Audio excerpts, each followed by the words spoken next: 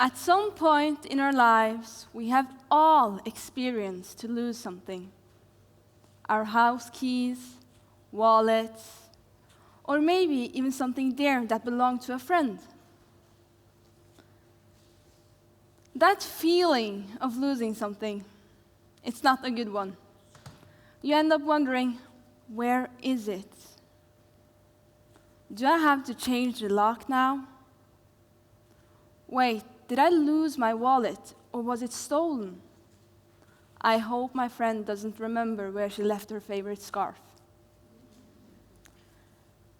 Imagine if I told you that I had lost a nuclear bomb. Yes, an atomic bomb. What thoughts would you have if something like that were to happen? Where is it now? Will anyone miss it? Has a burglar taken it? Well, let me tell you. Since the 1950s, the US has lost 11 nuclear bombs, and Russia may have lost 40.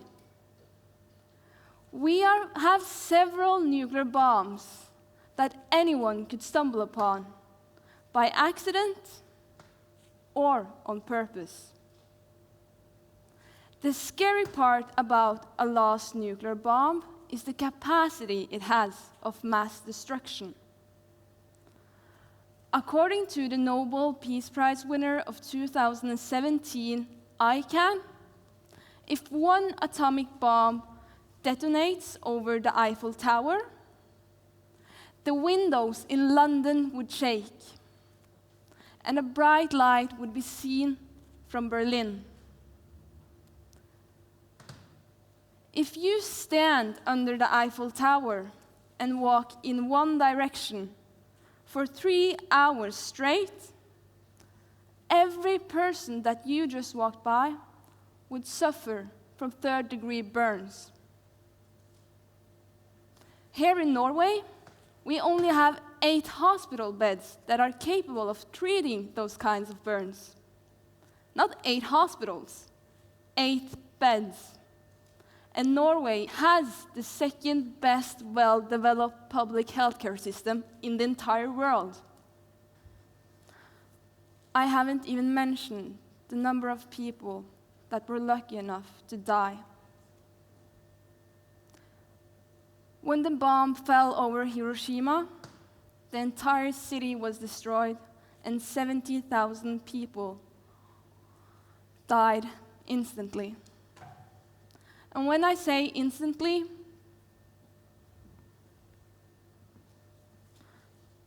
I really do mean instantly. 4 years ago, when I visited the Hiroshima Memorial Museum, I saw this piece of stone. And what I saw on that piece of stone still haunts me today. This is one of the Hiroshima and Nagasaki shadows. This person, whom we don't know the name or the gender of, was waiting outside a bank a Monday morning, waiting for it to open. When the bomb dropped over Hiroshima, in a blink of an eye, this person disappeared, only leaving a shadow. These are the results of only one nuclear bomb. How many do we actually have today? I will try to illustrate this. Let's say that this chickpea right here equals to 1 atomic bomb.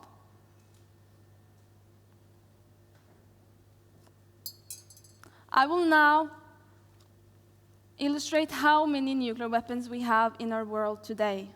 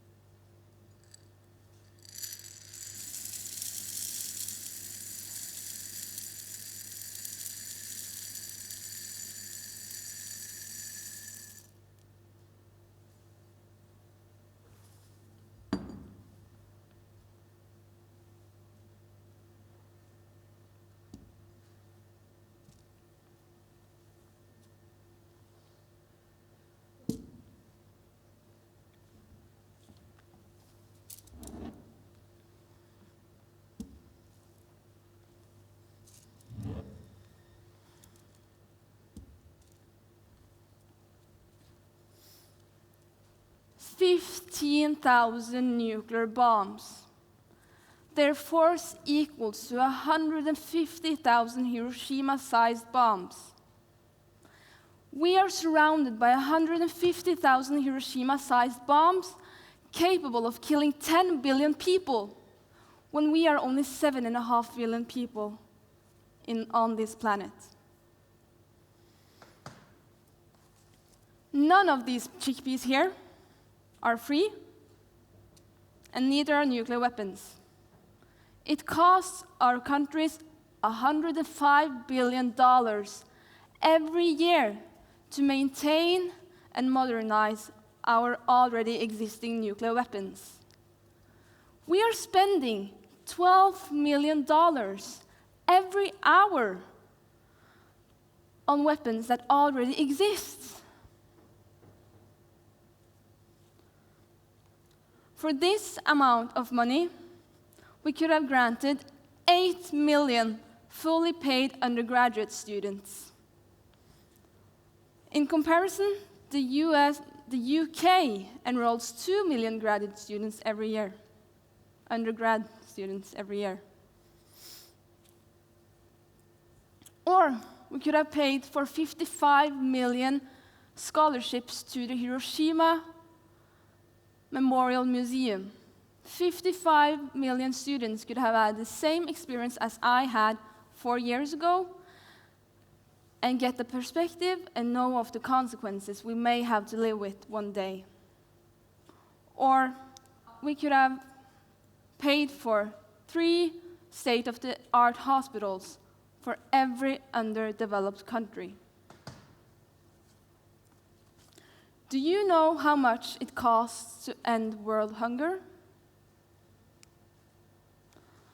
$30 billion annually, a third of what we spend on modernizing and maintaining our nuclear weapons every year. Why? Why did I compare the money we spend on nuclear weapons with what it costs for education, infrastructure, and food resources? If we seek peace in the world, we have to understand its opposite, which is conflict. What causes conflict? Lack of education, lack of infrastructure, lack of knowledge and understanding, and lack of food resources are some major factors.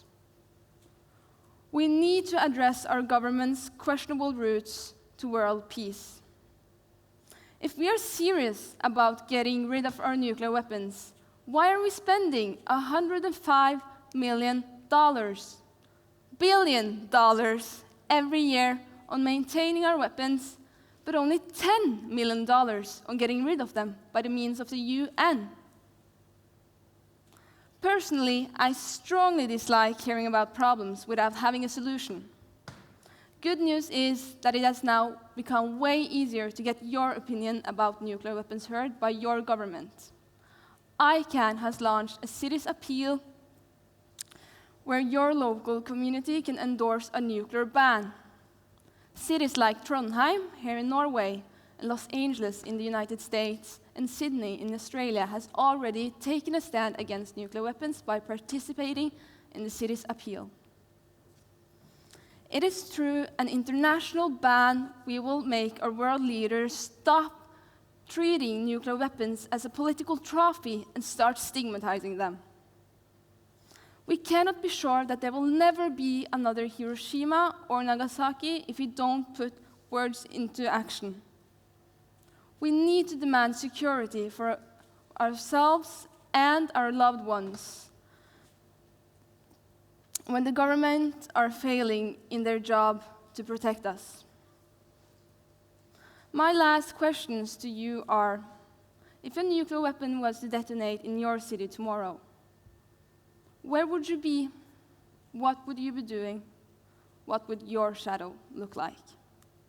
Thank you.